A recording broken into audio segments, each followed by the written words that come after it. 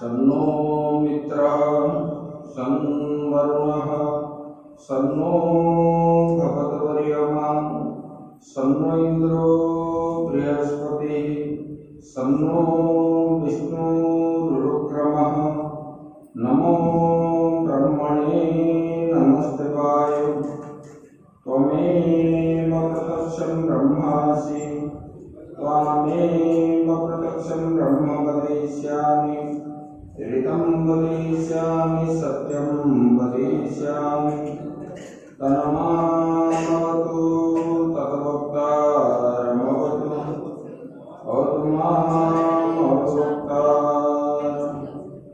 ॐ शान्ति शान्ति शान्तिः।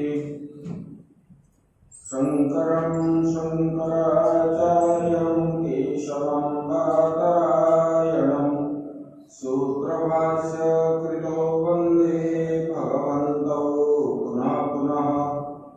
ईश्वरो गुरुरात्मेति मूर्तिभेदविभागिने व्योमवद्व्याप्तदेहाय दक्षिणामूर्तये नमः।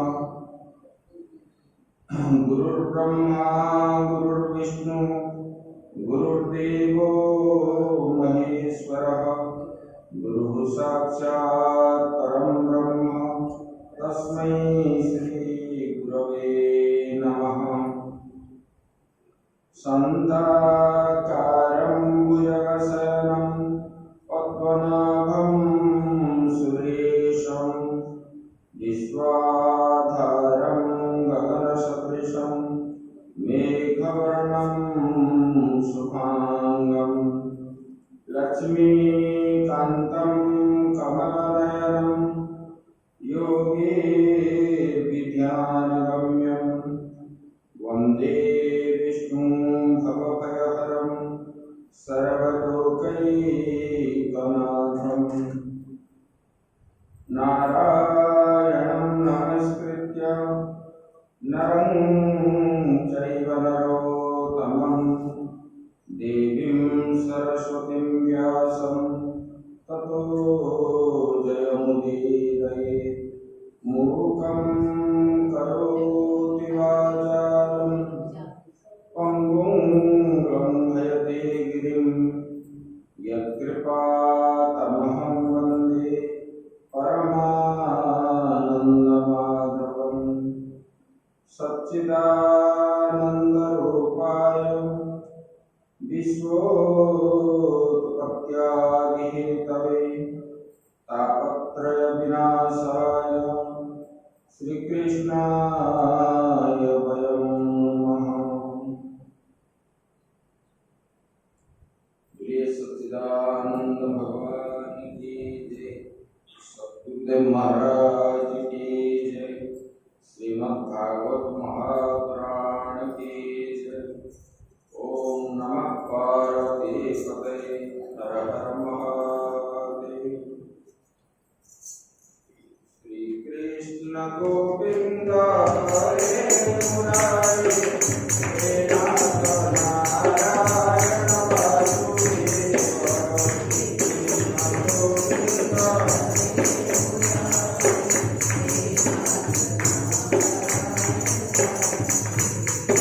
हे नाथ नारायण वासुदेव, हे नाथ नारायण वासुदेव, हे नाथ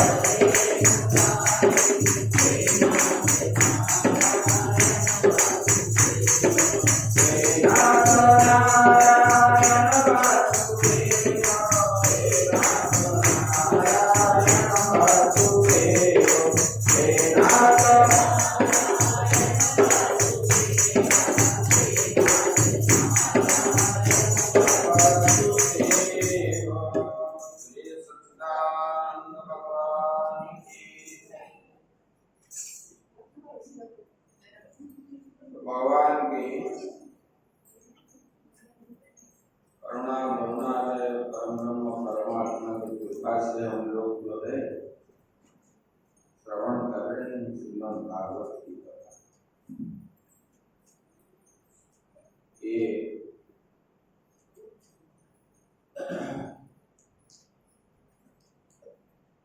तो भगवान के विषय में कल हम श्रवण कर रहे थे।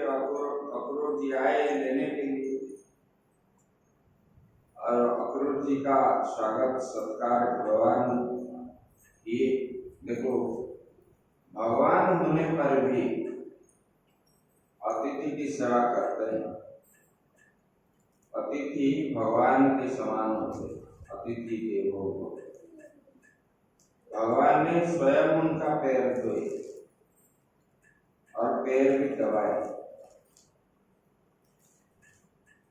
तो ये बात, इसमें बहुत सारे चीज सीखने का है। और मनुष्य जो है अहंकार करता है, धन दौलत आदि देख करके संपत्ति, ये तो यहीं के है, यहीं रहने वाला है, लेकिन साथ में जाने वाला नहीं है। भगवान कहीं जो है सेवा भी की, कहीं पत्थर भी उठाए, झूठा पत्थर भी जगह में, और जिनको हम लोग आज नीच बोलते हैं उन लोगों के साथ भगवान का संपर्क भी रहा। ऐसे बहुत सारे बात जो है, क्योंकि सब एक जैसे ही मानते थे। जैसे पिता माता सब संतान को एक जैसे मानते हैं, सबके लिए व्यवहार एक जैसा है। ऐसे भगवान का भी भक्तों के प्रति है। तो भगवान ने अक्रूर जी को बता रहे हैं, देखो, अहो अस्मद्भूत भूरि पितरो प्रेजे नवार्ययो यद्धतो पुत्र मरणम यद्धितोर्वर्धनम तयो। बोले कि अक्रूर जी भगवान के चाचा हूँ। बोले कि हे चाचा, बोले कि ये तो हमारे लिए बड़े जो है खेत की बात है। बोले इसलिए, बोले कि अस्मद्भूत भूरि पितरो, मेरे लिए ही, मेरे कारण ही, और निरपराध सदाचारी माता पिता को अनेक प्रकार की यातनाएं कंस ने दी, मेरे कारण ही। अगर मैं जन्म नहीं होता तो इनको कष्ट नहीं मिलता। भगवान ने बोले ये जो है उनको बहुत बड़े बड़े कष्ट उठाने पड़े, और क्या कहूं, मेरे ही कारण उन्हें हाथकड़ी बेड़ियों से बांध दिया, राक्षसों। वो तो नृशंस है, अज्ञानी, और मारने लगे। लेकिन मैंने भी चाह रहा था कि बहुत दिनों से कि ये जो है आप लोगों में से किसी ना किसी का दर्शन हो, लेकिन मैंने तो चाह रहा था, अभी तक नहीं हुआ, लेकिन आज बड़े भाग्य है और आप आ गए। और जो है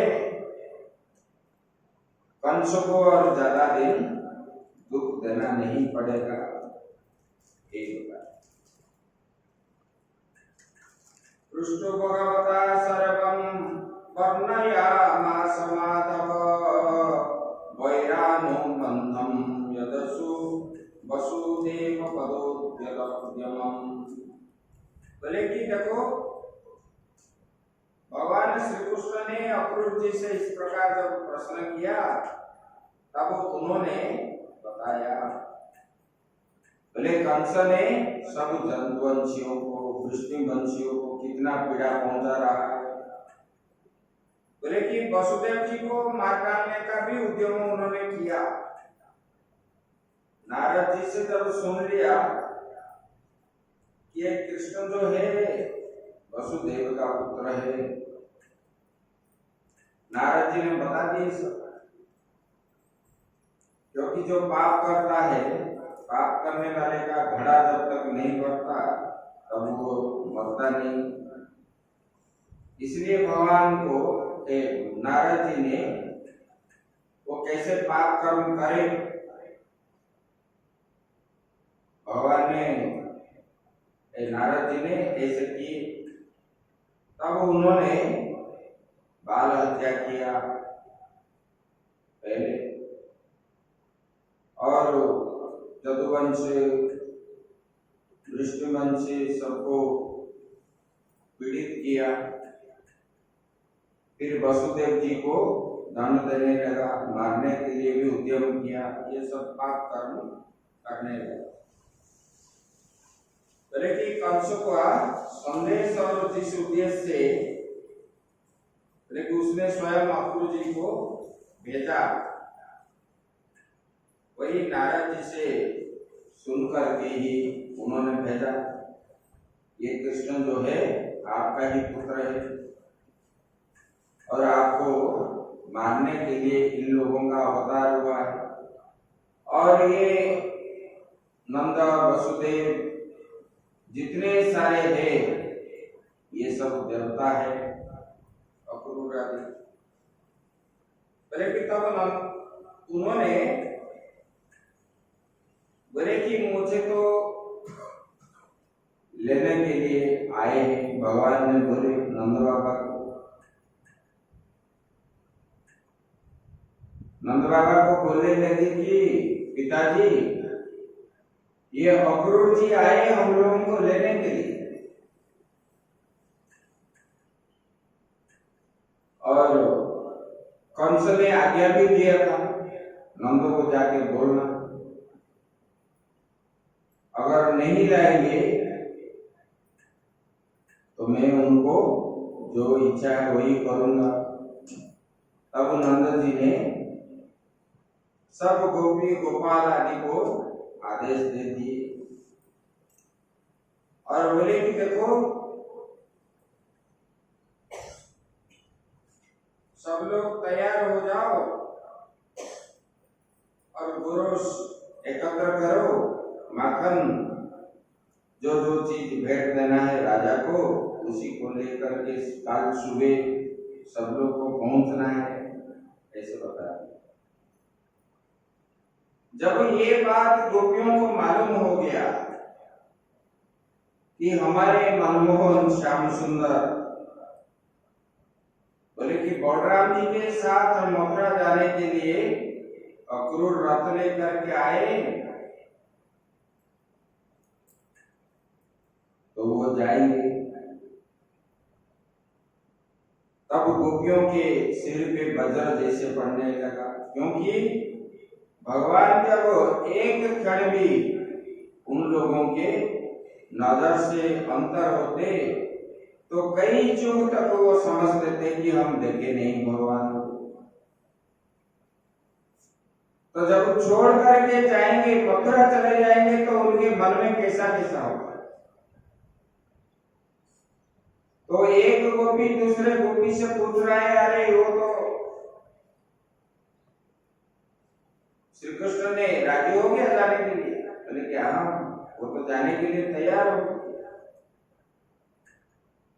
तो फिर तीसरी गोपी बोल रहे कि इनका तो आदत है छोड़ने का,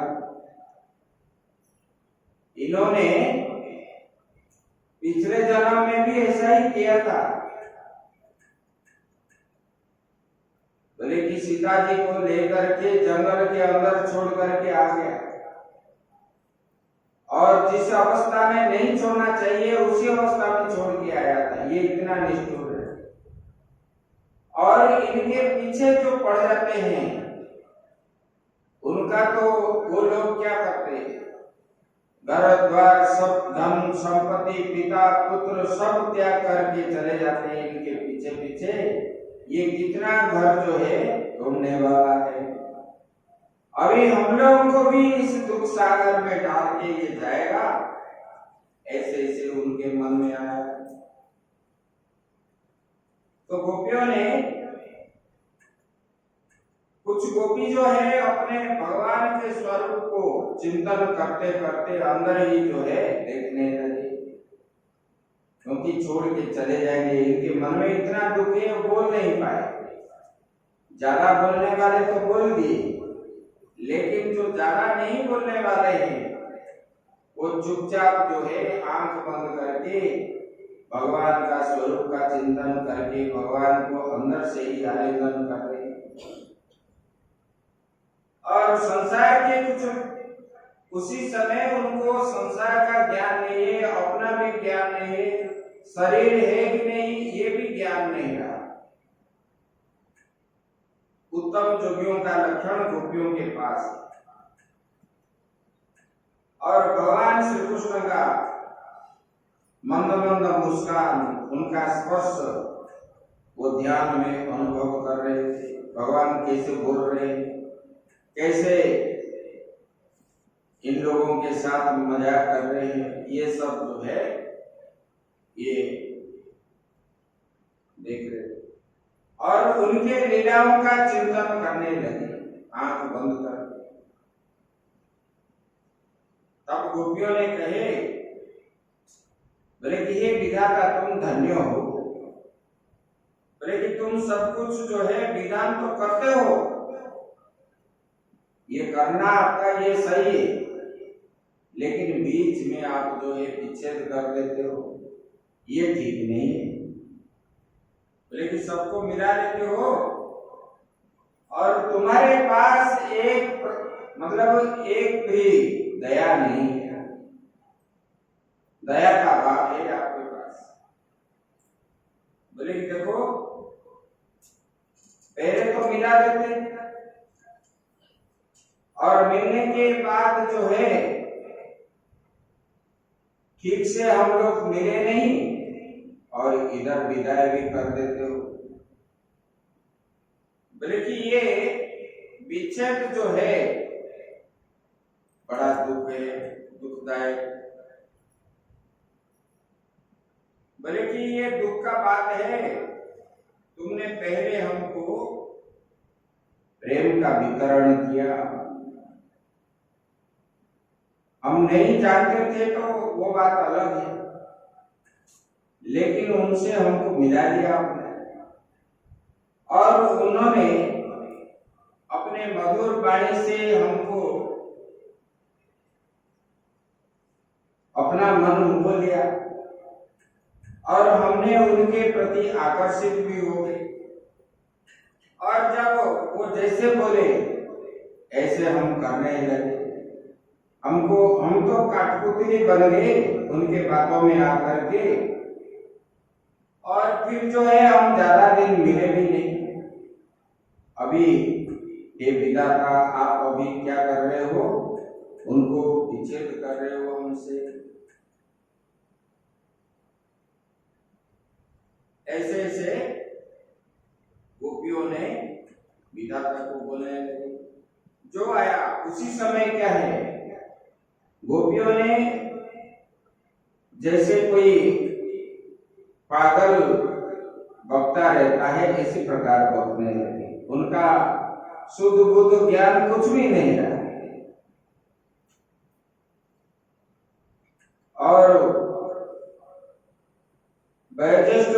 को जाकर के बोले उनको रोकने के लिए। बोले हम कैसे रोक सकते हैं उनको, हम नहीं रोक पाएंगे। तो बोले कि आप नहीं रोक रहे हो तो हम रोक रहे हैं, देखो हम कैसे रोकेंगे। बोले कि हमको आप लोग क्या करोगे, हम तो स्त्री है और आप लोग हमारा क्या करोगे, देखो हम रोकेंगे। जब भगवान ने सुबह उठते ही रथ में बैठ गए बलराम जी के साथ, रथ के आगे गोपियों ने लेट गए। बोले कि अगर तुमको मथुरा जाना है तो हमारे ऊपर रथ चढ़ा के चले जाओ, हम जीते जी तुम मत जाओ, हम मरने के बाद ही तुम जो है जा सकते हो। कोई गोपों ने बोलने लगे कि अगर कृष्ण नहीं जाएगा तो कंस हमको मारेगा, मार डालेगा। बोले कि कैसे मारेगा, वो नहीं मार पाएगा। बोले कि कृष्ण को आप लोग जो भेज रहे हो वहां मराने के लिए भेज रहे हो, लेकिन हमने तो उनको नहीं छोड़ेंगे। अगर मान लो कि कंस आया तो पहले हमको मारेगा, बाद में जो है कृष्ण को मारेगा। ऐसे भी गोपियों ने बोले। बोले इनका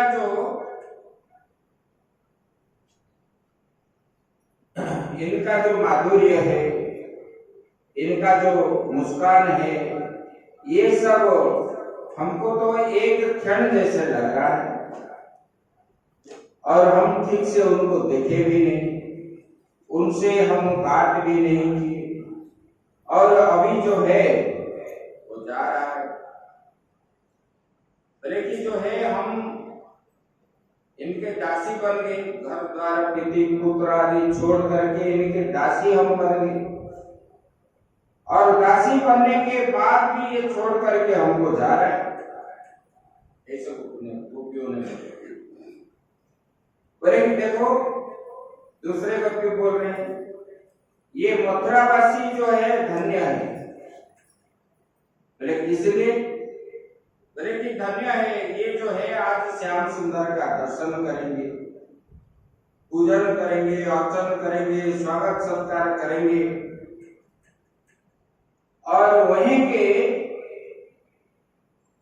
ये कहीं भी जाए तो इनका तो सब भक्त बन जाएंगे, क्योंकि इनका बोलने का जो शैली है वो उनके प्रति सब आकृष्ट हो जाएंगे।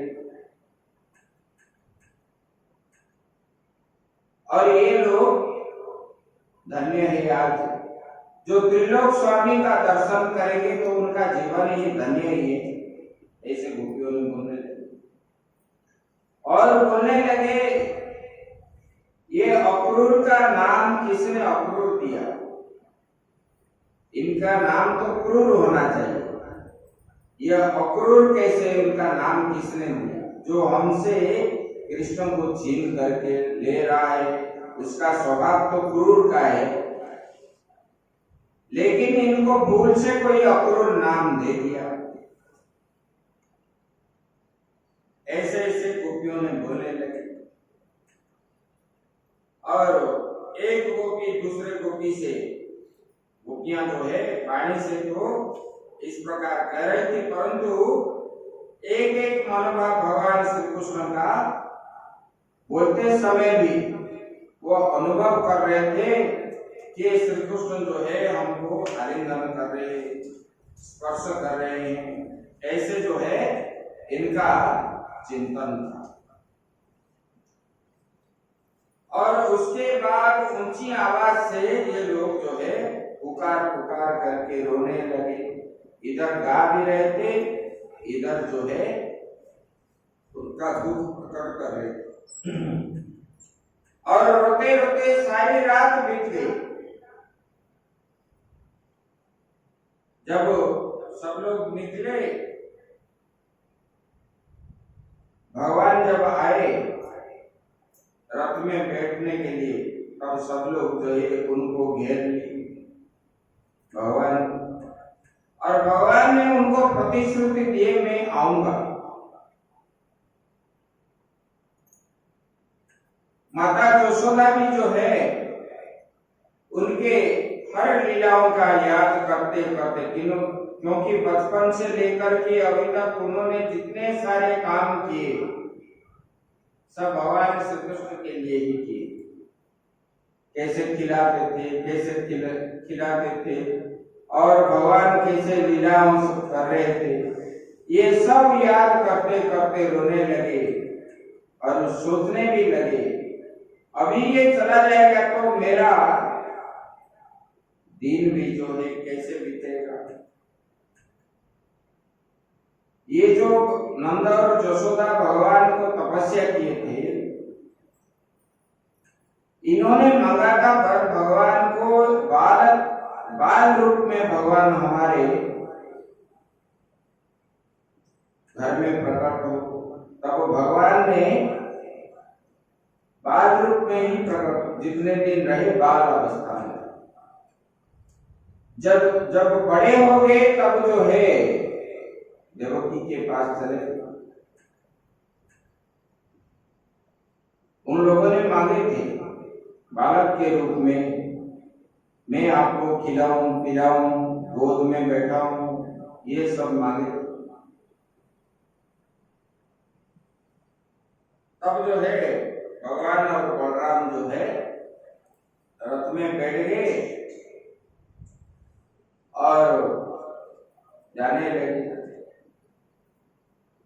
जाते समय भगवान ने बोलने लगे मेरा वहीं का काम पूरा होते ही मैं फिर आऊंगा। तब सब लोग जो है प्रतीक्षा करने लगे, बोल के गया वो आएगा,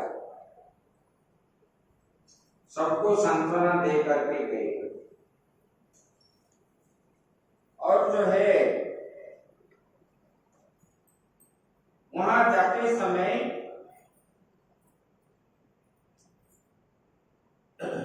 अक्रूर जी वहां पर नर्मदा जी में, जमुना जी में स्नान किया और रास्ते में रथ को रोके और जमुना जी स्नान करने के लिए गए। और जब स्नान करने के लिए गए और स्नान कर रहे थे, जल के अंदर जो है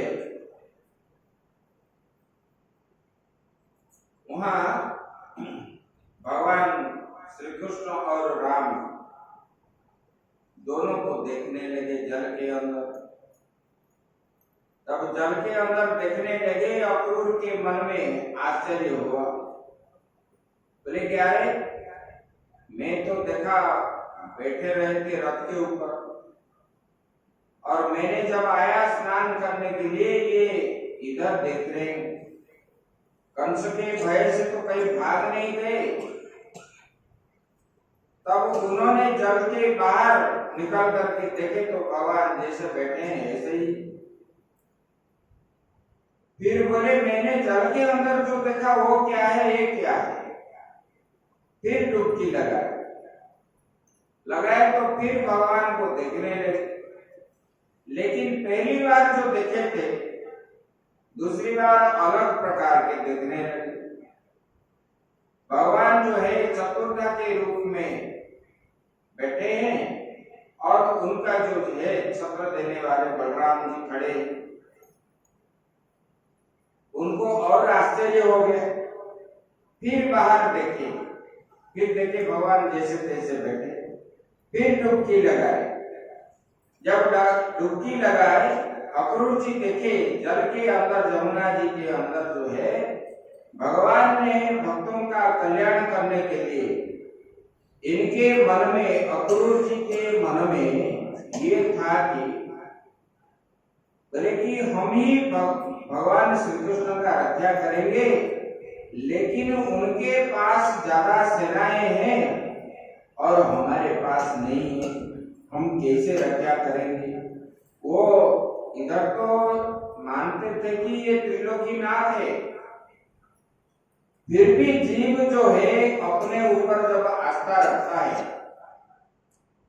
इधर दुख आने पर भगवान को तो बोलते हो कि भगवान हमारा दुख हरण करो, आप ही सब कुछ है, फिर बोलने का समय क्या बोलते हो, हम नहीं करेंगे तो भगवान आके हमारे घर में क्या बना देंगे, भोजन आदि बोलते हो कि नहीं। ये भाव है, ये जीव भाव है। पारमार्थिक भाव जो है, जो होगा होगा ईश्वर की इच्छा से। तो भगवान ने ये जो है ये चिंतन अक्रूर जी के अंदर से निकालने के लिए और अक्रूर जी के प्रति कृपा करके भगवान ने उनको जो है अनंत शयन दिखाए। शेषनाग के ऊपर भगवान ने अनंत शयन किए हुए और लक्ष्मी जी जो है इनको पाद सेवा आदि करते रहे और वहां जितने वैकुंठ में रहते हैं सब जो है भगवान की सेवा में लिप्त है और भगवान का कहीं आरती उतार रहे हैं, कहीं पूजन हो रहा है, स्तोत्र पाठ हो रहा है, वेद मंत्र उच्चारण हो रहा है। अक्रूर जी जमुना के अंदर ये सब देख करके समझ गए, बोले कि ये जो कृष्ण है और दूसरा कोई है ही नहीं। तब जो है उनके मन में जो शंका थी वो शंका निकल गई। फिर जो है भगवान को स्तुति करने अक्रूर जल के अंदर ही जब देखे वहां पर स्तुति करने लगे, नतोस्मि हम त्वाखिल हेतु हेतुम नारायणं पुरुषमाद्यमव्ययम् यन्नाभिजातादरविन्दकोशा ब्रह्मा विरासीयत ये सलोको। बोले कि हे भगवान, न तो अस्मि अहम, तू अखिल हेतु हेतुम। बोले कि भगवान आप जो है ये सारा ब्रह्मांड का कारण है। आप नहीं होते तो ये ब्रह्मांड भी उत्पन्न नहीं होता। बोले कि आप ही अविनाशी है, पुरुषोत्तम है, नारायणम पुरुषम आद्यम अव्ययम। आप अव्यय है, आप पुरुषोत्तम है, मतलब पुरुष से उत्तम है, श्रेष्ठ पुरुष है। और क्या है, बोले कि देखो भगवान आप जो है नाभि कमल से ब्रह्मा जी का आविर्भाव हुआ है और जिन्होंने इस चराचर जगत की सृष्टि की, बोले कि भगवान ब्रह्मा जी ने कुछ भी नहीं किए, सब आप ही कर रहे हैं। और बोले कि भगवान बुस्तो यमग्नि पवन समाधि, बोले कि आप ही ये पृथ्वी जल तेज वायु आकाश को उत्पन्न करने वाले भगवान आप ही। बोले कि ये महत्त्व प्रकृति पुरुष इंद्रियां ये सब को बनाने वाले आप हैं। मन इंद्रियां आदि सब जो है विषय का अधिष्ठात्री देवता भी जो है इसमें ये सब आपने ही बनाया है। बोले कि ये चराचर जगत तथा व्यवहार के कारण आप ही है।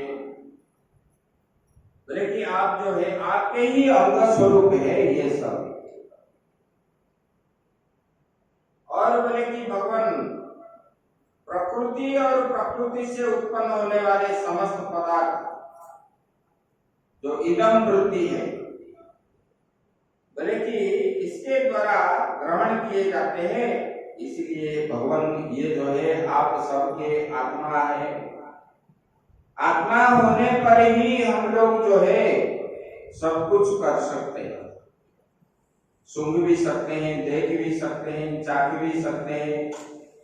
ये सब जो है आत्मा होने पर ही, अगर आत्मा शरीर में नहीं है तब ये सब हम कर नहीं पाएंगे। इसलिए आप जो है ये चराचर सबका जो है कारण रूप है। बोले कि आत्मा होने के कारण ही जड़ और इसलिए आपका स्वरूप नहीं जान सकते। जब आत्मा है तब सब कुछ मिलता है, जब आत्मा नहीं है तब ये शरीर क्या है, जड़ है, जड़ जैसा।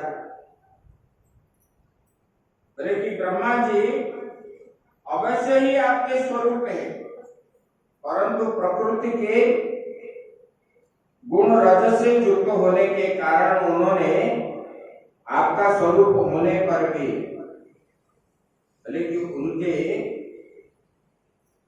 उन्होंने आपके स्वरूप को नहीं जानते, क्योंकि वो रजोगुणी है। रजोगुणी होने के कारण आपसे उत्पन्न होने पर भी ये रजोगुण के कारण ही आपके स्वरूप को वो नहीं जानते हैं, ऐसे बता रहे हैं। बोले की स्तुति कर रहे हैं, बोले कि भगवान त्वं योगिना यजन्तस्तथा महापुरुषम ईश्वरम। बोले कि साधु जोगी स्वयं अपने अंतःकरण में स्थित जो है अंतर्यामी के रूप में भगवान समस्त भूतों के पदार्थ में आप ही है। बोले कि परमात्मा के रूप में आप जो है सूर्य चंद्र ये सब देवता सबको बनाने वाले, सबके अंदर आत्मा के रूप में रह करके प्रेरणा देने वाले आप ही, आप जो है सबका साथी है। आत्मा के रूप में भगवान आप साथी है और ईश्वर के रूप में साक्षात आपका ही, आपकी ही उपासना करते हैं लोग। जो ज्ञानी लोग उपासना करते हैं आपका ही करते हैं।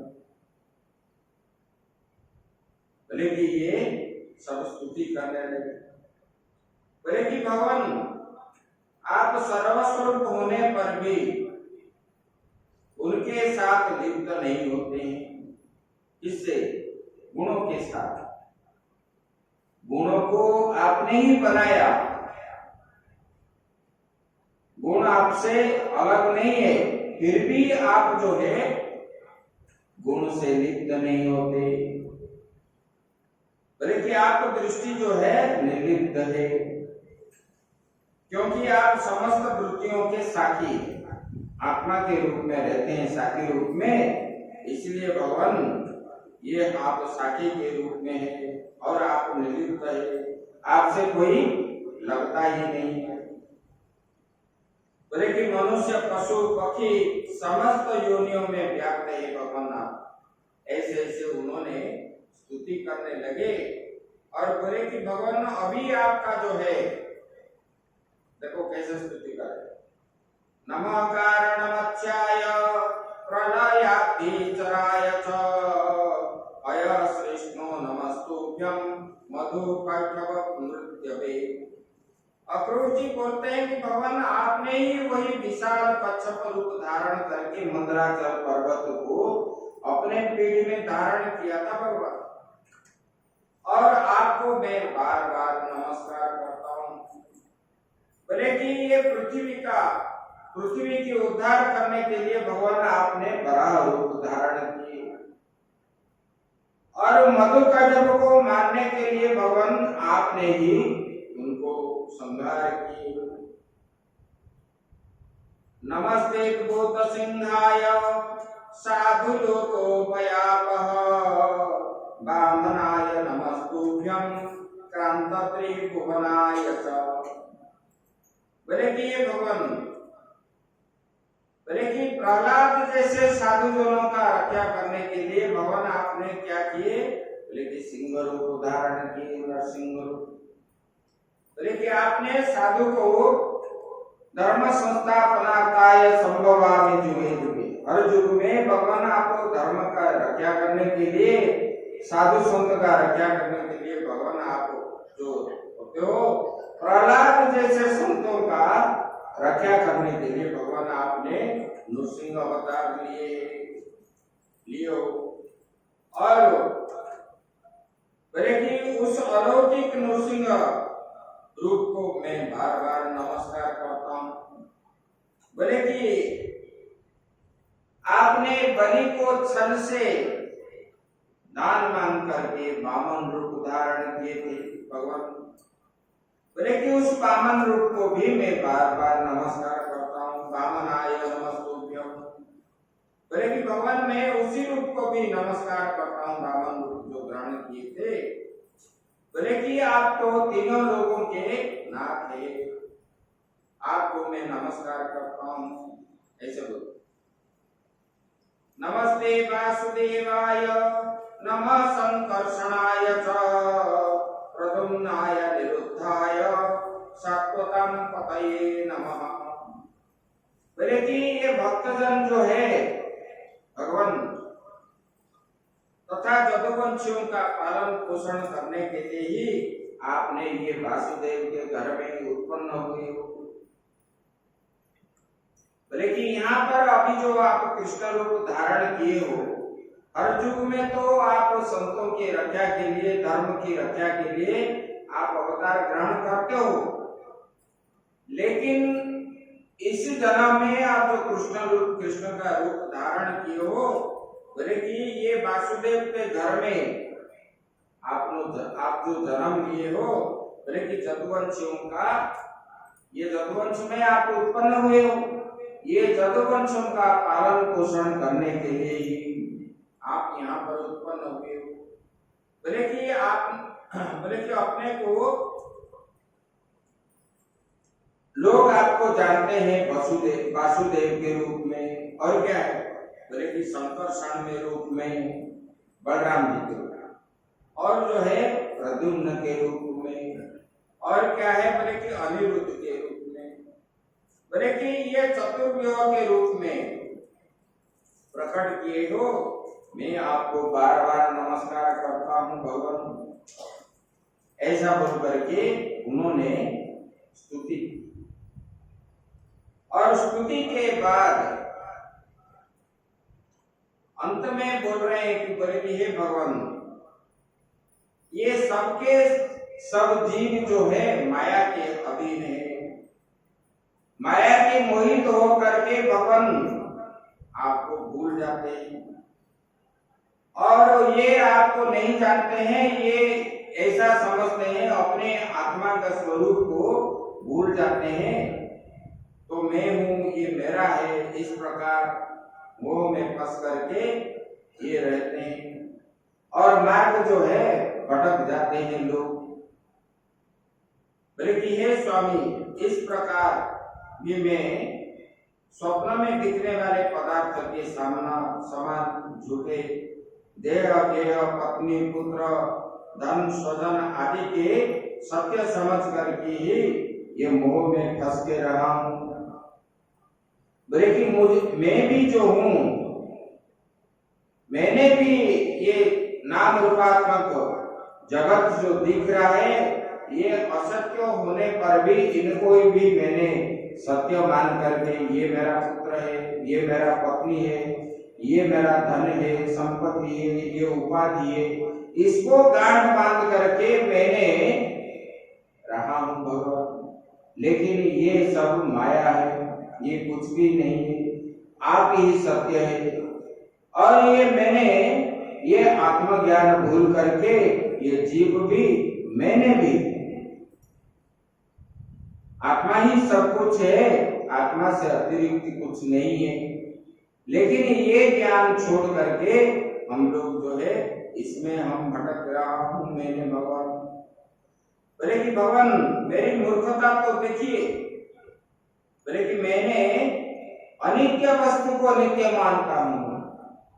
सब लोग हम मानते हैं, इसलिए तो किसी के साथ झगड़ा करते हैं, इसको द्वेष करते हैं, इसको कुछ बोल देते हैं, इसलिए अहंकार की वजह से, आसक्ति की वजह से। मान लो कि आपको कुछ चीज जरूरत हो, नहीं मिला तो उनको डांट फटकार लगा, गुस्सा करके उनको गाली देते हो कि नहीं देते हो? यही है। बोले किसके कारण? अज्ञान के कारण। ये अनित्य वस्तु को नित्य मानते हैं। नाम रूपात्मक जगत जो मिथ्या है, वो मिथ्या चीज को हम सत्य मानते हैं।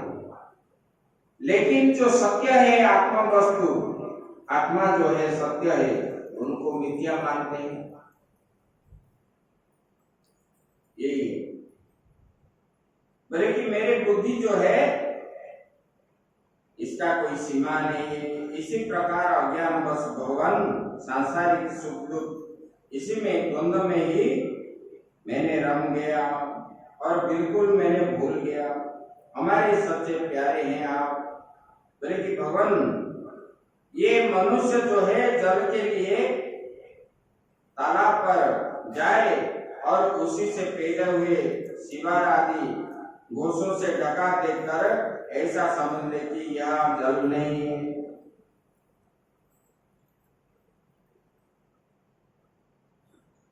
ये ही समझ ले। बोले कि ये जो है, बोले कि ये असत्य को सत्य मानते हैं, जैसे माया में भ्रमित हो करके। बोले कि जैसे रस्सी को सर्प मानते हैं, रस्सी तो है लेकिन ब्रह्मवश उनको हम अंधेरों में क्या मानते हैं, सर्प ही मानते हैं। ये अंधकार के कारण, ये अज्ञान के कारण ही, जैसे अंधकार के कारण हम रस्सी को सर्प मानते हैं, ये अंधकार हो गया अज्ञानता। ये अज्ञानता के कारण ही हम लोग जो है भ्रम होकर भ्रमित होकर के हम इसको सत्य मानते हैं भगवान। ऐसे उन्होंने स्तुति करने लगे, नमो विज्ञान मात्राय सर्व प्रत्यय हेतवे पुरुषे सप्रधानाय ब्रह्मणे अनंत सत्तये। और उन्होंने बोले कि भगवान आप केवल जो है विज्ञान स्वरूप है, विज्ञान घन है। बोले कि आप ही विज्ञान है। और जो है आप जो है भगवान प्रतीतियां होती है, जितने भी प्रतीतियां होती है, जितने भी वृत्तियां है, और उन सब के आप ही कारण है। मतलब जो सब हमको दिख रहा है ये सब जो है वृत्ति के द्वारा हम जिन जिन को ग्रहण करते हैं भगवान, ये सब आप ही है।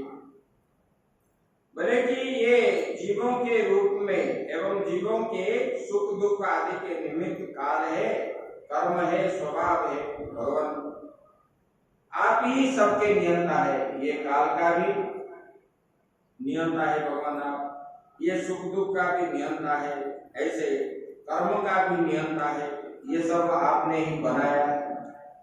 ऐसे अक्रूर जी ने स्तुति किए और वहां गायत्री आदि करके यमुना जी से निवृत्ति होकर के आए।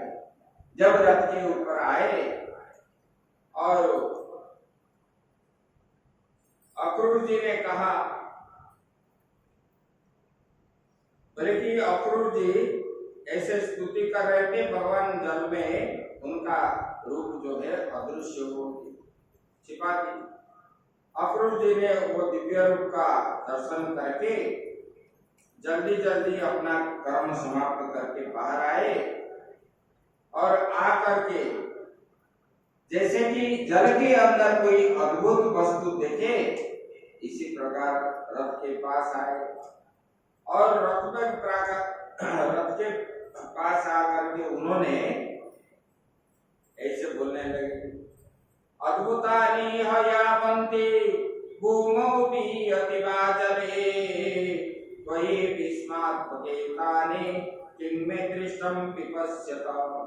भगवान को बोले कि प्रभु पृथ्वी आकाश या जल में और सारे जगत में भी अद्भुत पदार्थ है, वे सब आप में ही है।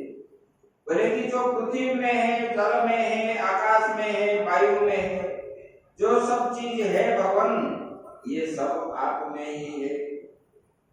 बोले कि क्योंकि आप विश्व रूप है, सारा विश्व जो ब्रह्मांड जो है आपके अंदर ही है भगवान। ऐसे बोल रहे हैं। बोले कि ऐसे कौन सी अद्भुत वस्तु नहीं जो कि मैंने नहीं देखा आपके अंदर। बोले सब ये जितने भी अद्भुत वस्तुएं हैं, वे पृथ्वी हो या जल हो, आकाश हो, सबकी सब जो है जिनों में है भगवान आप वही, वो आप ही है। बोले कि ऐसे रथ के ऊपर बैठ करके ये सब बोलने लगे। जब वो बोलने लगे तब भगवान ने उनको बोलने लगे। बोले कि चाचा जी, आप जो है जल के अंदर कुछ देखे तो अद्भुत आपका मतलब अक्रूर जी का रूप देख करके भगवान ने उनको जब पूछने लगे, बोले कि भगवान आपको क्या मालूम नहीं है, मुझे आप पूछ रहे हो। तब वो जान गए कि ये कंस को मारने के लिए सर्वसमर्थ है, हमकी और जरूरत है ही नहीं। तब अक्रूर जी जो है निसंदेह वो जो है मथुरा ले गए। और मथुरा जब पहुंच गए भगवान, बोले कि वहां पर भगवान का स्वागत सत्कार, नाहं भवद्भ्यां रहिता प्रवेख्ये मथुरां प्रभो, त्यक्तं नार्हसि मां नाथ भक्तं ते भक्तवत्सल। जब भगवान ने देखे सब गोप और नंद बाबा को देखे, अपने सखाओं को रास्ते में देखे, तब भगवान बोलने लगे कि अक्रूर जी आप इधर से रथ लेके चले जाओ और मैं इन लोगों के साथ ये आम्र वन में हम रहेंगे और सुबह वहां रंग महल में मिलेंगे, सभा में जहां पर उत्सव हो रहा है वहां पर मिलेंगे, आप इधर से चले जाओ। तब अक्रूर जी के मन में बड़ा दुख हुआ। बोले कि भगवान नाहं भवद्भ्यां रहिता, मैं आप दोनों के रहित मथुरा कैसे जा सकता हूँ, आपको तो लेकर ही जाऊंगा। और आप स्वामी हो, आपका मैं भक्त भी हूँ और मैं आपको कैसे छोड़ सकता हूँ। ना आप मुझे मत छोड़िए भगवान, आप मुझे कभी भी आप अलग मत कीजिए मुझे। तो भगवान ने बोले कि ऐसा नहीं है, आप जाइए, हम मिलेंगे, हम कभी। बोले कि भगवान आप यहाँ क्यों रहना है, हमारे घर में रहना है। बोले कि ऐसा नहीं, अभी हम आपके घर नहीं आएंगे, हम एक दिन आएंगे जरूर, आपके घर में आएंगे और वहां रुक करके फिर हम, अभी की बात नहीं, बाद में। तब अक्रूर जी के मन में बड़ा दुख हुआ और रथ लेकर के गए और भगवान को और क्या बोले, जबरदस्त तो नहीं कर पाएंगे। तब भगवान ने ग्वाल वालों के साथ उधर रात्रि रहे और रात्रि रहने के बाद भगवान ने सुबह स्नान शौचादि करके अपने को तिलक किए, संध्या वंदन आदि किए। उसके बाद बोले कि हम जा रहे हैं कहाँ, बोले कि मथुरा नगर दर्शन करने। और भगवान राजमार्ग में जा रहे थे और रास्ते में धोबी मिल गया और बड़े बड़े गंठलियां लेकर के जा रहे थे। धोबी उनको पूछने लगे ये क्या लेके जा रहे हैं। बोले कि ये राजा का पोशाक है। बोले कि हमको भी दो, हम तो राजा के भांजे हैं। तब वो मालिक धोबी ने उनको जो है, बोले कि तुम जो है जंगल में रहने वाले, गौ चराने वाले हो, ये वस्त्र पहनने का लायक नहीं हो। इस प्रकार जब वो बोलने लगे भगवान को, भगवान ने एक तमाचा मारा और एक तमाचा में से ही उनका जो है धड़ से सिर अलग हो गया। और फिर भगवान ने वस्त्र चुन लिए और सब ग्वाल वालों को भी दिए, बोले कि लोग अपने आप को धो। तो उन्होंने दर्जी के पास गए और दर्जी को बोले कि ये हमारे नाम से। दर्जी भी भगवान को प्रतीक्षा कर रहा था और भगवान को स्वागत किया, भगवान को प्रणाम किया और बेचारा ने भगवान को अच्छी तरह उनका पोशाक बना करके भगवान को पहनाया। फिर भगवान जो है उन्हीं को आशीर्वाद देने लगे। फिर जो है भगवान जाते जाते कंस के फूल बगीचा देखने लगे और वहां जो है सुदामा माली के रूप में था, कितने जन्मों से भगवान का प्रतीक्षा कर रहा। और जब भगवान आए उनको मालूम हुआ तो उन्होंने अपने हाथ से माला गूंथ करके पहले ही रखा था और भगवान को पहनाया, भगवान को स्तुति करने लगा। और भगवान ने बोले कि आज से आपका जो है ये काम, भगवान को बोलने लगा उन्होंने, भगवान मैंने जो है किसी जन्म में ये अपराध किया था, तब जो है इसी जन्म में मैंने ये राक्षस को मैंने फूल माला पहना रहा हूं इसी हाथ से गूंथ कर, जिससे हाथ आपके लिए ही मतलब ये शरीर मिला है आपकी वजह से।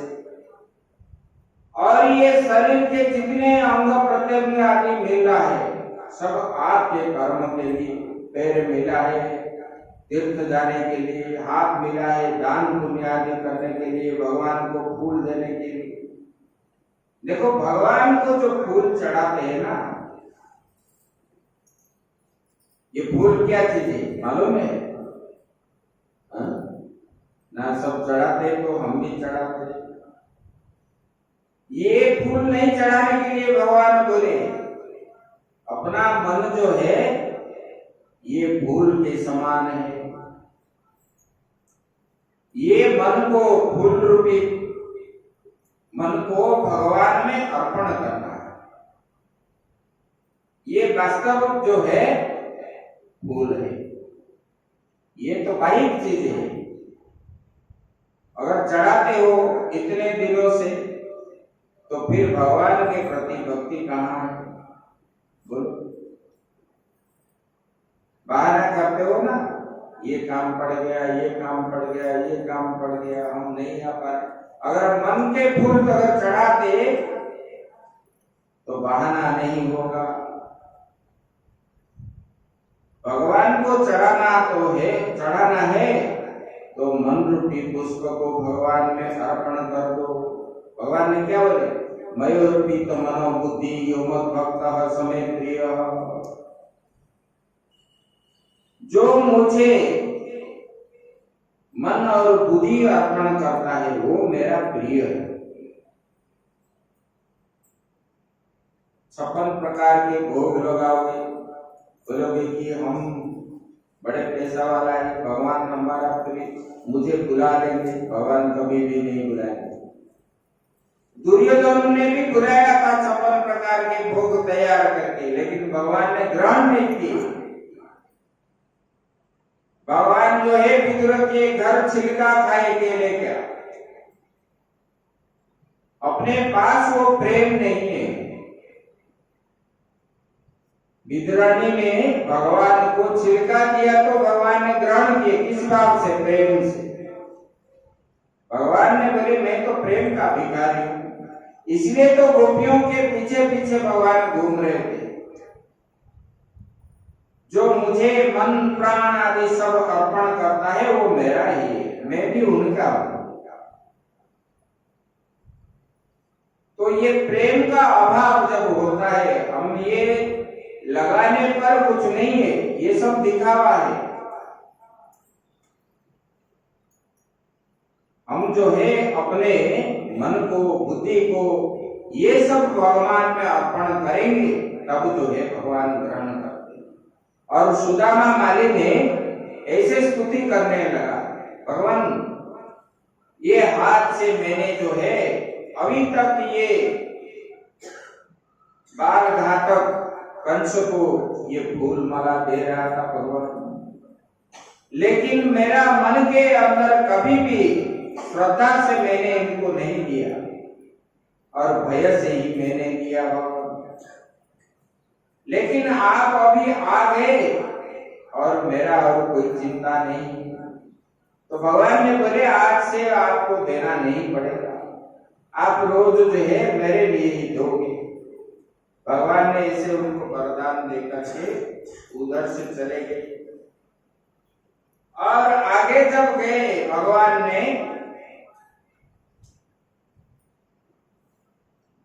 भगवान तो वहां पर आए लीला करने के लिए धरा पृष्ठ में, और भक्तों का कल्याण करके भक्तों के उद्धार के लिए ही भगवान का आविर्भाव हुआ है। और भगवान जो है इधर आए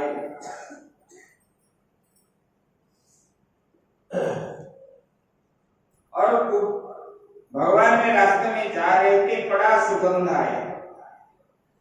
सुगंध आया तो भगवान को मालूम है, लेकिन बलराम जी के सामने भगवान ने ऐसे बोले कि राव जी अभी जो है ये सुगंध कहां से आ रहा है?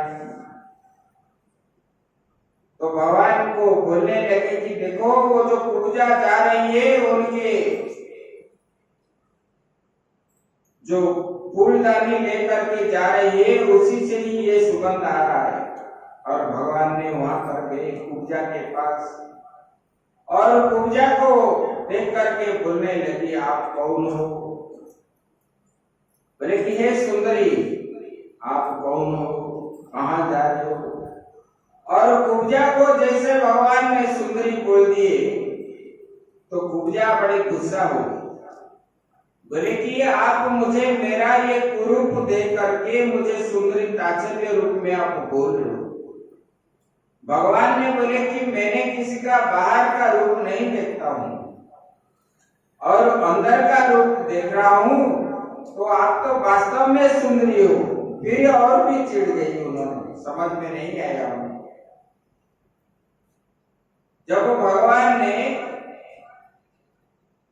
उनके हाथ पकड़ के जा रहे, तो जब गुस्सा कर लिया तो उन्होंने उनका हाथ पकड़ लिया, और भगवान के स्पर्श मात्र से उनके मन में जो पिछले जन्म से भगवान को प्राप्ति करने की इच्छा से उन्होंने जो साधना आदि किए थे, और वो सब जो है साधना के प्रभाव से उनको थोड़ा बहुत जो है लगा कि ये मेरा कोई पराया नहीं है, अपना ही जैसा है, मुझे ऐसे महसूस हो रहा है। और भगवान को वो पूछने लगा आप कौन हो? मुझे तो आप अपने जैसे लग रहे हो। आपने ये बात जो बोले मुझे मेरा ये कुरूप देख करके, और फिर भी मैंने आपको अपना ही जैसे अभी समझ रहा हूं। तो भगवान बोले कि अंतर्दृष्टि से देखो मैं कौन हूं, क्या हूं। बोले कि मैंने तो सबके आत्मा को ही देखता हूं, लेकिन मैंने बाह्य शरीर को कभी नहीं देखता। और आप तो वास्तव में आपका अंदर जो है आप सुंदरी ही हो। जिसका बाहर सुंदर है, अंदर जो है गंदगी है, वो सुंदरता नहीं है। बोले कि जिसका अंदर सुंदर हो, अंदर मतलब व्यवहार आदि सुंदर हो, मन में क्रोध ना हो, किस चीज के प्रति लालसा ना हो, सबको संभाग में देखना चाहिए, यही सुंदरता है व्यक्ति का। ये रूप आदि सुंदर होने से सुंदरता नहीं है। ये सुंदरता तो यहाँ जो है आग में राख हो जाएगी। किसका सुंदरता गया है? एक बार क्या हुआ, बीरबल के पुत्र बेटा जो है, बाबर के, अकबर के बेटा जो है घूमने के लिए निकला था और जा रहा था तो नदी के किनारे बीरबल की बेटी को देख लिया। और बीरबल की बेटी जो है बड़ा सुंदरी है और उनके साथ जो थे उनको पूछने लगे युवराज, बोले कि ये कौन है? बोले कि ये तो बीरबल की बेटी है।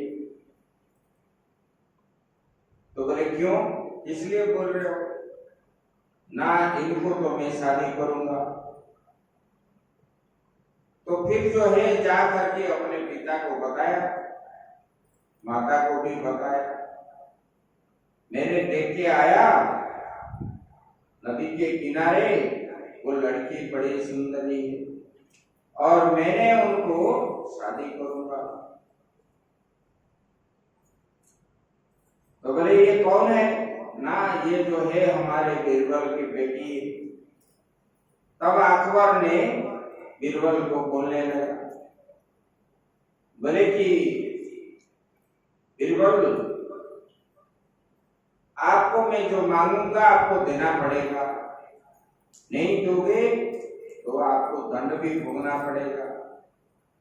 क्योंकि उनको भी मालूम था कि ये कभी राजी नहीं होगा, ये कट्टर हिंदू है, ब्राह्मण है, ये राजी नहीं होगा। बोले कि क्या है जनाब, बताइए।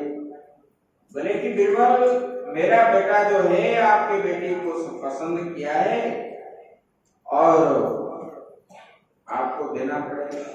बोले कि ठीक है भगवान, मैं सोच विचार करके आपको बताऊंगा। और इधर वहां तो बता दिए राजमहल में, इधर जो है चिंता में रह गए और घर में बोल नहीं पाए, किसी को बताते भी नहीं। अंदर अंदर ही चिंता से उनका शरीर जो है क्षीण होने लगा। और बेटी जो है पिता का दुबला जब हो गए तब वो ये कारण पूछने लगा, पिताजी आप क्यों भोजन नहीं कर रहे हो? 1 महीने से आप कुछ ना कुछ चिंतित अवस्था में हो, आप बताते नहीं। बोले कि नहीं, तू अभी बच्ची है, तू क्या सुनोगी? ऐसे ऐसे बोलने लगे। बोले कि ठीक तो बताओ बात क्या है? बोले कि मुझे भी बताओ, कम से कम आपका बताने पर दूसरे को हल्का हो जाए। वो भी बड़ा चतुरी थी और इन्होंने ऐसे ऐसे फुसला फुसली करके बात निकाली। जब बीरबल ने बता दिए अपने पुत्री को ये बात, बोले कि ये बात के लिए आप इतना चिंता कर रहे हो, आपने जाके हाँ करो, उसी का प्रतिकार मेरे हाथ में है। और उन्होंने कुछ बीज ले आए और पास में रखे और पिताजी को बोले कि बोल जो वो देखने के लिए आए। तो वहां जाकर के राजा ने, ये बीरबल ने बता दी और अपने कमरे में जो है एक बड़ा मटका रखा और दासी को बोलने लगा, जो मल त्याग किया सब वो दवाई जो खा लिया, इनका जो है 40-50 बार जो है पेट साफ हो गया। और सब जो है दासी को बोलने लगा कि उसी में डालो, उसी में डालो, और वो बंद भी नहीं हो रहा है। और उनके जो है शरीर जितने सुंदरता आदि थे, शरीर सूख गया और मुख में मक्खियां आदि बैठने लगे, हाथ पांव उठाने की शक्ति भी नहीं है। और उसी समय उन्होंने देखने आया और पूछा उनको, आप कौन हो? बीरबल की बेटी को पूछने लगा, आप कौन हो?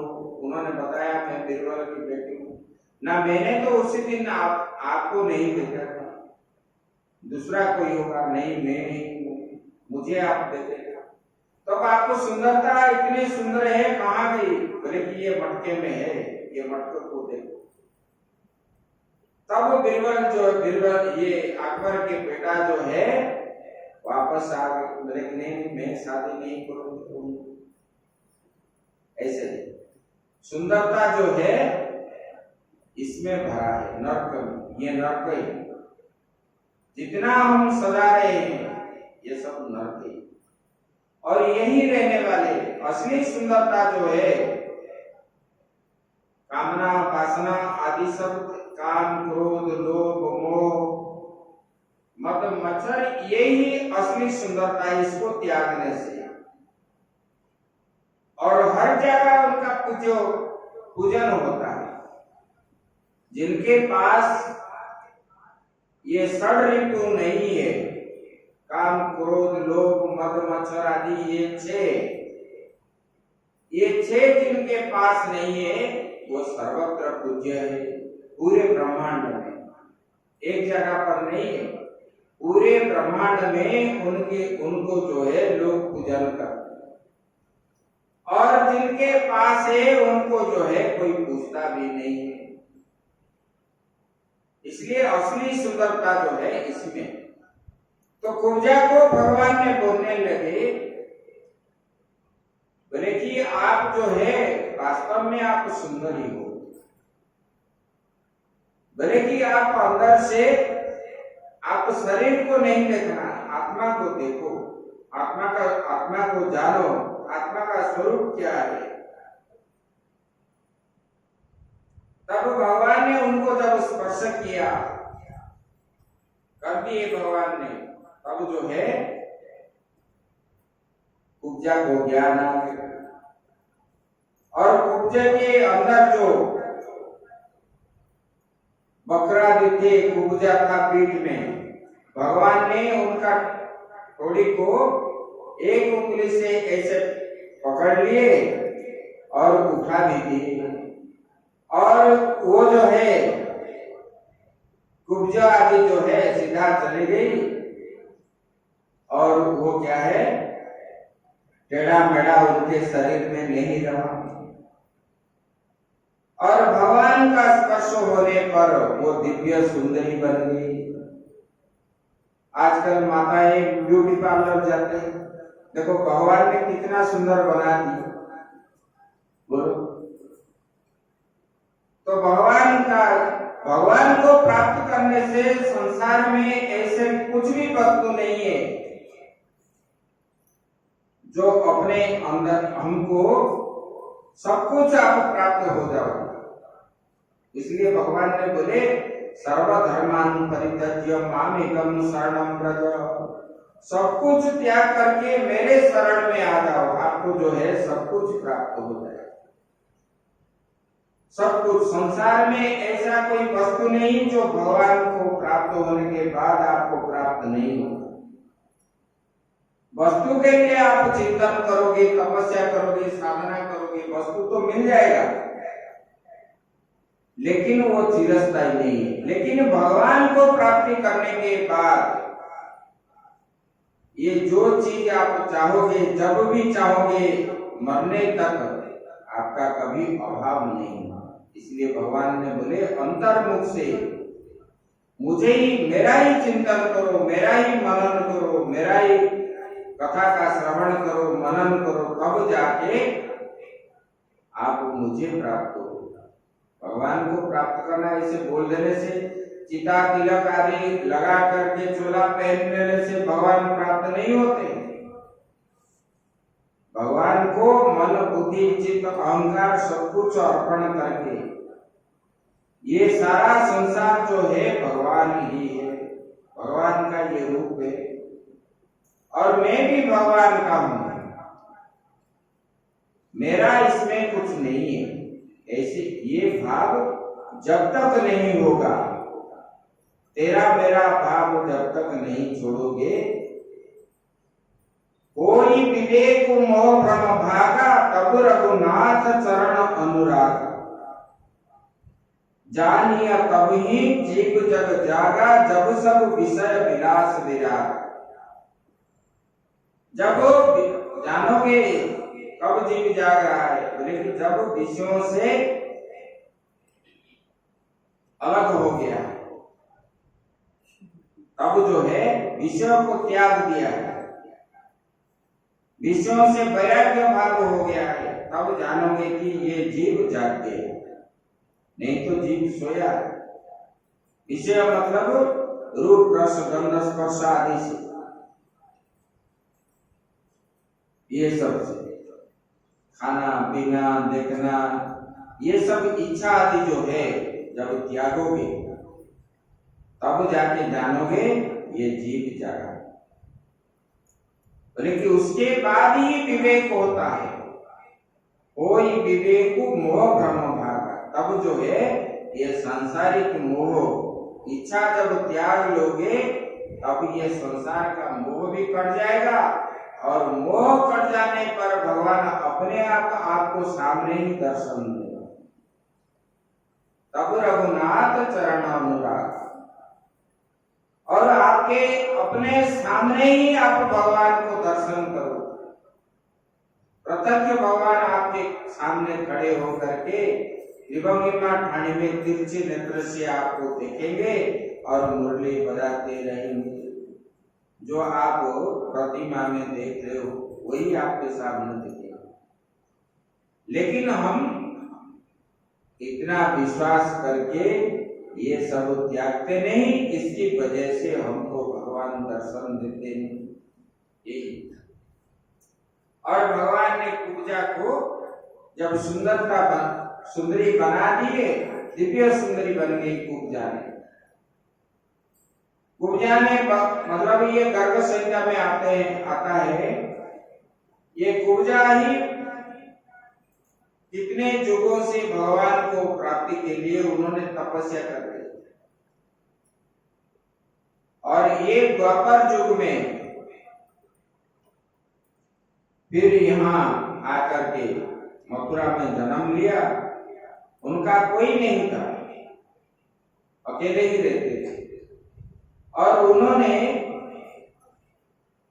जो है कंस की सेविका, कंस के लिए चंदन आदि जो है सुगंधित द्रव्य लेकर के उनको गंध लेपन आदि करता था कंस को।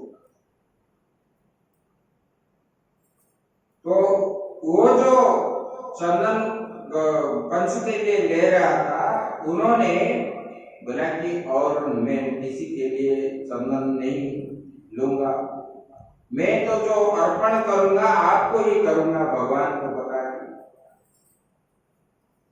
बोले कि अभी और किसी के दासी हम नहीं रहेंगे, जब आप मिल गए हो तो आप ही सर्वेश्वर हैं, मेरा स्वामी है। और भगवान मुझे ये कुब्जा से इतना सुंदरी बना दिए, और भगवान मुझे आप ग्रहण कीजिए। लज्जा संकोच सब कुछ त्याग करके और भगवान को ऐसे बोलने लगी कुब्जा। भगवान ने बोले हम तो ग्रहण किए हैं आपको, लेकिन आप जो चंदन आदि लगाओगे, एक दिन मैंने आऊंगा आपके घर में, तब आप जो है जो सेवा करनी है, जो मन में है वही करोगे। तो भगवान ने उधर से आ गए। उसके बाद जहां पर मथुरा के लोग जो है भगवान को दर्शन के लिए सुन रहे थे, वृंदावन के लोगों से भगवान कैसा है, क्या है, कैसे उन्होंने गिर गोवर्धन धारण की, किसी ने कैसे कालियनाथ को गर्भगंजन की, और कैसे बकासुर को मारे, अघासुर को मारे, ये सब भगवान का पराक्रम मथुरा के वासी सुनते सुनते जब उन लोगों ने सुने कि भगवान श्री कृष्ण आ रहे हैं, सब भगवान के दर्शन के लिए आ गए। और दोनों तरफ जो है अपने आप ही खड़े रहे, और भगवान बीच में जा रहे तो उनके ऊपर पुष्प वृष्टि कर रहे हैं और हमारे तारणहार आ गए। मथुरा ऐसे जय जयकार भगवान श्री कृष्ण का जय जयकार जो ध्वनि गूंज उठने लगा। तब जो है कंस को और भय हो गया, अरे ये सब लोग तो कृष्ण के पक्ष में हो गए और मथुरा के लोग, हम अभी कुछ इनको करेंगे तो ये लोग हमारा प्रतिवाद भी करेंगे प्रजा, तो हम अभी क्या करेंगे ऐसे सोचने। और भगवान ने ऐसे सबको दर्शन देते देते भगवान ने जहां पर कंस के धनुष थे, यज्ञ हो रहा था, वो यज्ञ मंडप में पहुंच गए। पहुंचने के बाद वहां प्रहरी आदि थे और ब्राह्मण भी थे वहां धनुष का सुरक्षा के लिए। वो शिव धनुष को पूजन भी किए और भगवान ने उन पंडितों को बोलने लगे, हम चाहते हैं धनुष को दर्शन के लिए। और भगवान के बाद में भगवान को देखे तो इतने छोटे छोटे बच्चे हैं, देखना चाहते हैं। और भगवान जिस प्रकार बोल रहे तो ये पंडित भी बोले कि ठीक है देख। और भगवान वहां पर पहुंच गए। पहुंचने के बाद शिव जी को बोले कि ये शिव जी पंडित को बोल रहे हैं कि देखो ये मैंने चाहता हूं, ये शिव जी का प्रतिमा जो है ये हमारे गुरु है शिव जी, और इनका पैर हम स्पर्श करना चाहते हैं। बोले कि ठीक है आप स्पर्श करो। और भगवान ने इनका शिव जी का पैर स्पर्श करके शिव जी का दर्शन भी किया। दर्शन करने के बाद वो पंडितों को पूछने लगे ये क्या चीज है? बोले कि ये धनुष है। बोले कि ये धनुष को हम थोड़ा उठाएंगे तो सब लोग जो है हंसने लगे। बोले कि अरे इनको उठाने के लिए 150 व्यक्ति भी इकट्ठा नहीं उठा पा रहे। ये बच्चा बोल रहा है कि मैं उठाऊंगा, ये दिखता नहीं है। सब लोग जो है ताली मार करके हंसने लगे और भगवान को ताच्छल्य करने लगे।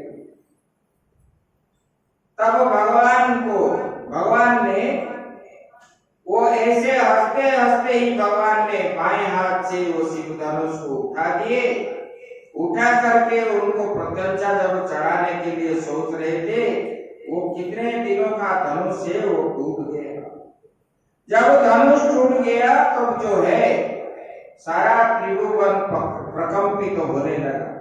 तो शिव जी का धनुष टूटा।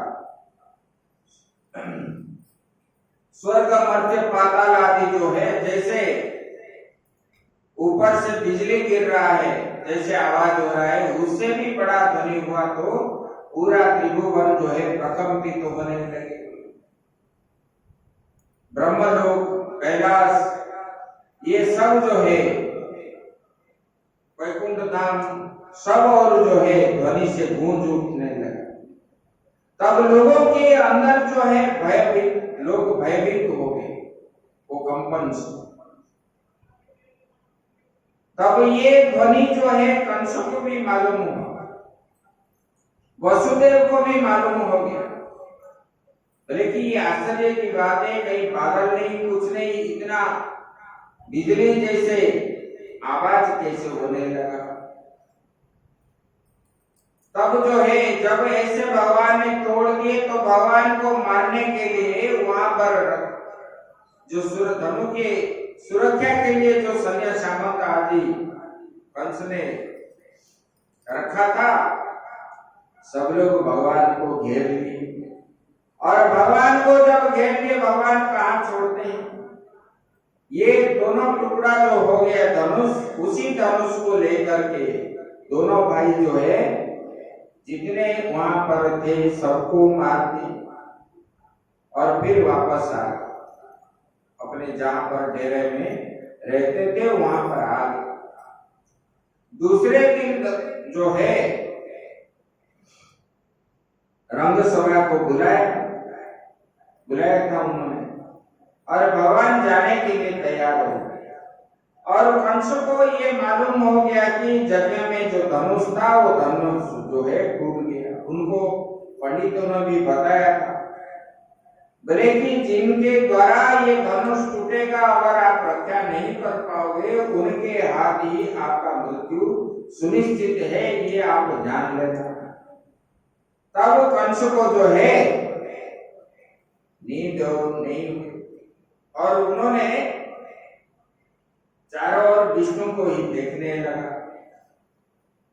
कभी शंख को देख रहा है तो कभी चक्र को देख रहा है, कभी गदा को देख रहा है भगवान का जो है, और कभी कमल को देख रहा है और भगवान का सिर कभी देख रहा है तो भयभीत हो गया।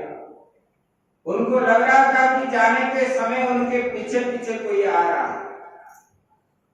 खाते समय भी देख रहा है कि वो भगवान उनके पास में है। ऐसे चलते फिरते सोते बैठते हर समय हर जगह में हर स्थान में, कहा नहीं है वो तो हर स्थान में, हर काल में है, हर देश में है। ऐसा कोई स्थान नहीं जहां परमात्मा का अभाव हो। तो भगवान का जब ये ऐसे देखने लगा और भयभीत हो गया। रात्रि में तो वो सोते समय कुछ ना कुछ स्वप्न देखने लगा। देखा कि मेरा सिर कट गया है और कभी देख रहा है कि मुझे गधे के ऊपर बैठा करके सफेद वस्त्र पहना करके मुझे कुछ लोग दक्षिण दिशा की ओर ले रहे हैं। तो उनको पूरा ये हो गया कि मैं अभी मरने वाला हूं।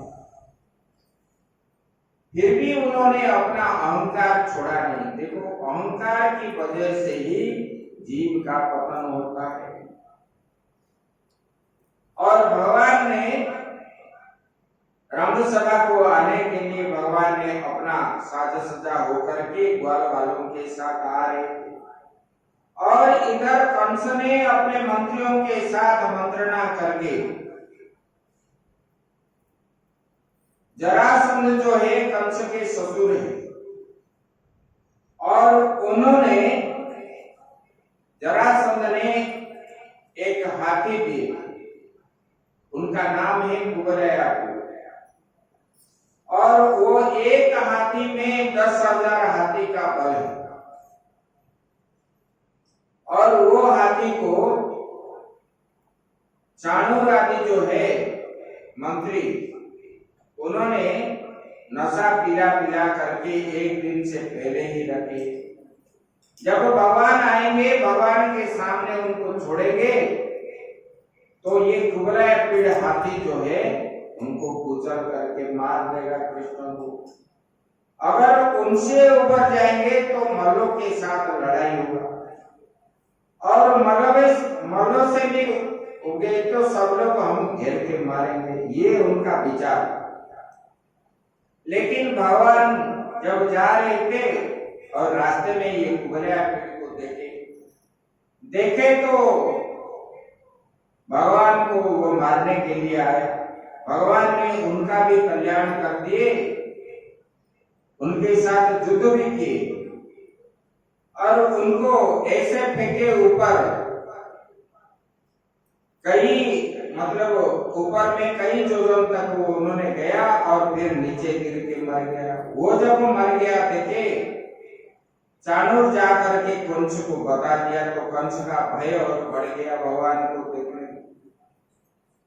तब भगवान ने जब रंगसभा में प्रवेश किए, जो हाथी मरा था, भगवान ने जो युद्ध किए थे मारे, उनके शरीर में हाथ में रक्त आदि लगे थे और दोनों भाई वही कुबला पीड़ हाथी का दांत जो है उखाड़ करके कंधे में डाल करके जैसे गदा लेते हैं भगवान ने और बलराम जी ने ऐसे लेकर के गए और वहां पर खड़े रहे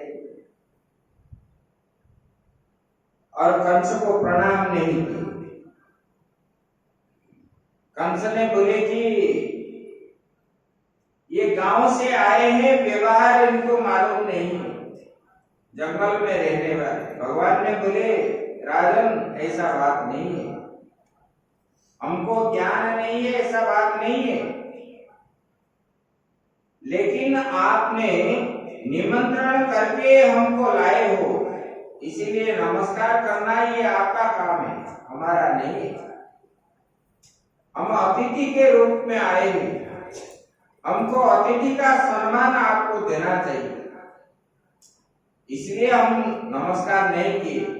इसलिए तो हमने राजा के पास जब आते हैं, संतों के पास आते हैं, ब्राह्मणों के पास आते हैं, कन्या के घर लोग जाते हैं तो खाली हाथ रिक्त हस्त न रखवा। अरे खाली हाथ में कोई नहीं जाता, कुछ ना कुछ लेकर के ही इन लोगों के घर जाना पड़ता है पास। इसलिए राजन, मैंने आपके लिए ये हाथी का एक बूढ़े हाथी हम देखे और उनको मार दिए।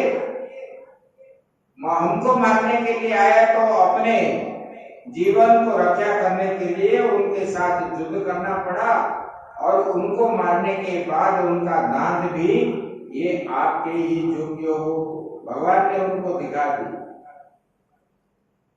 तब कंस ने चुप रहा। उसके बाद फिर जो बोला कि आपको युद्ध करना है ये मल्लों के साथ। आपने जो बकासुर को मारे, अघासुर को मारे, इतने बड़े बड़े राक्षस को मारे, और आपके पास जो है इतने बल है, जो है 7 दिन तक आपने एक उंगली में गिरि गोवर्धन उठा लिए थे। और ये पराक्रम जो है हमारे राज्यवासी भी देखना चाहिए। यहाँ पर अभी मेले में यज्ञों के कारण सब इकट्ठा हुए, विभिन्न देश से राजा आदि आए हैं, आप यहाँ दिखाओ सबको। तो ऐसे बालक को सम्मान का अधिकारी बनते हैं।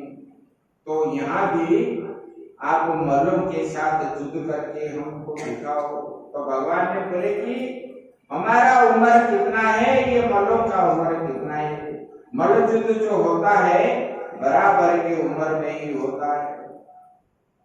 तब कंस ने और मल्लों ने बोले, ये आपके पास ये सामर्थ्य है और आप ऐसे बोल रही हो, और ये अगर हमारे साथ लड़ोगे नहीं, आप तो कभी मतलब जंगल में और माताओं को और आपके सगे संबंधी को दिखाने के लिए ये बल ही है, तो यहाँ लड़ने के लिए क्यों मना कर रहे हो।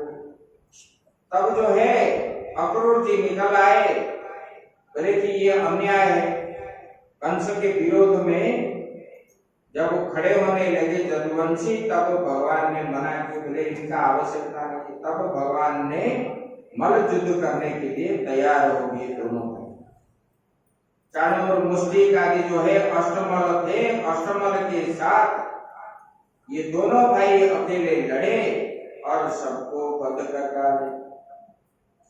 अष्टमल जब मर गए तब कंस को जो है बड़ा गुस्सा आया और जोर से बोलने लगा, सब लोग जो है एक साथ आक्रमण करो, कहीं भाग ना जाए कृष्ण।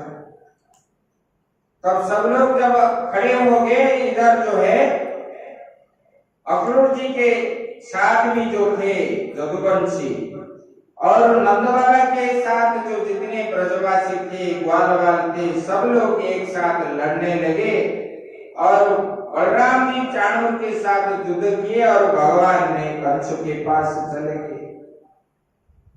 और भगवान गए उनके पास, उन्होंने जब तलवार उठाया, भगवान ने उनके हाथ जो है पकड़ लिए, दोनों हाथ, और बोलने लगे, कंस अभी भी समय है, तू मेरे शरण में आ जा, तो मैं जो है आपको उत्तम स्थान गति जो है प्राप्त करा दूंगा। तो बोले कि उन्होंने उनको तुच्छ समझा। बोले कि देखो, कंस ने बोला, बोले कि जिनके हाथ में मेरे पास जो है, मेरे अंदर 10,000 हाथी के बल है, मैं इंद्र को जीत लिया, और ये त्रिभुवन में मेरे समान कोई बलशाली नहीं है, और आप बोल रहे हो मेरे शरण में आ जाओ, मैं कभी नहीं जाऊंगा। ये अहंकार ही जीव का पतन होता है। और भगवान के साथ युद्ध करने लगा और भगवान ने उनके साथ युद्ध भी किए और उनका तलवार गिर गया। तब भगवान ने मल्ल युद्ध उनके साथ करने लगे। तब जो है कंस को ऐसे मारे तो वो जो है ऊपर उठ के गया और ऊपर से नीचे गिरा। गिर करके उनका प्राण उड़ गया। जब कंस मर गया उसी समय तक जितने राक्षस भगवान के साथ जदुवंशियों के साथ युद्ध कर रहे थे सब लोग मरने के बाद ही कंस मरा।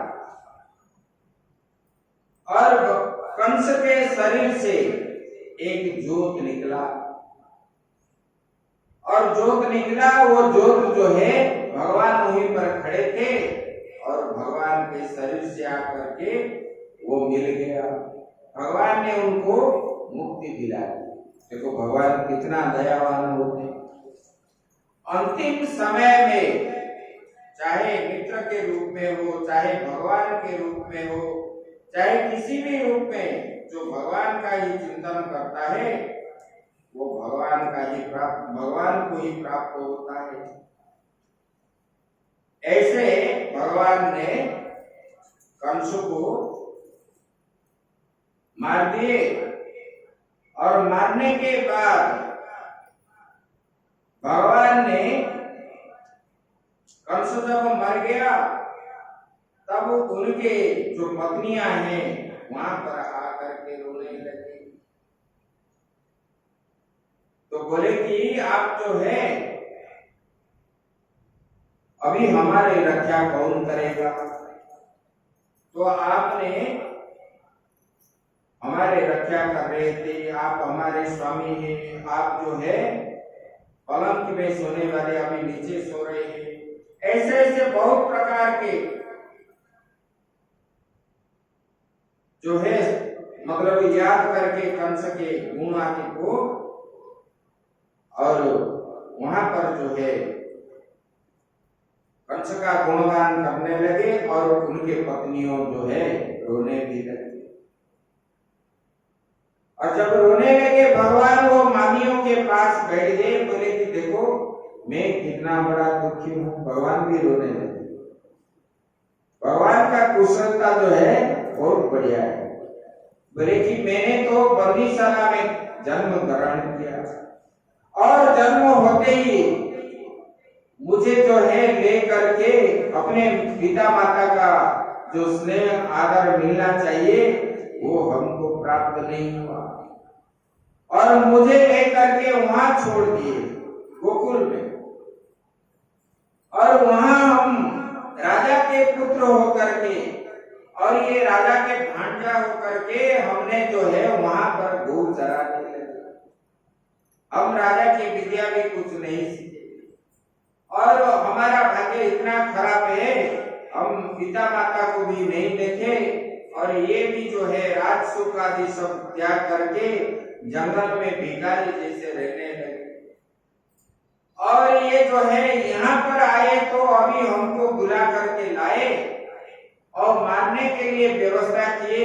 ये कुबलाया पेड़ और ये जगह आदि बना करके इन्होंने मारने के लिए तैयार किए। यहाँ पर अष्टमल रखे और स्वयं ही राजा अपना मामा होकर के मुझे मारने के लिए तलवार लेकर के आया और अपने आप मंच से गिर करके शरीर त्यागा। और लोग बोल रहे हैं कि ये कृष्ण ने मार दिया। देखो कितना हमारा भाग्य खराब है। भगवान ऐसे ऐसे याद करके भगवान भी मामियों के साथ जब रोने लगे तो मामियों ने चुपचाप हो गए कंस के स्त्री और भगवान जो है उधर से वसुदेव और देवकी जी को बंदी से छुड़ाने के लिए वहां पर गए। आगे की बात जो है हम कल करेंगे। ओम पूर्णमदः पूर्णमिदं पूर्णात् पूर्णमुदच्यते पूर्णस्य पूर्णमादाय पूर्णमेवावशिष्यते। ओम शांति शांति। श्री राम जय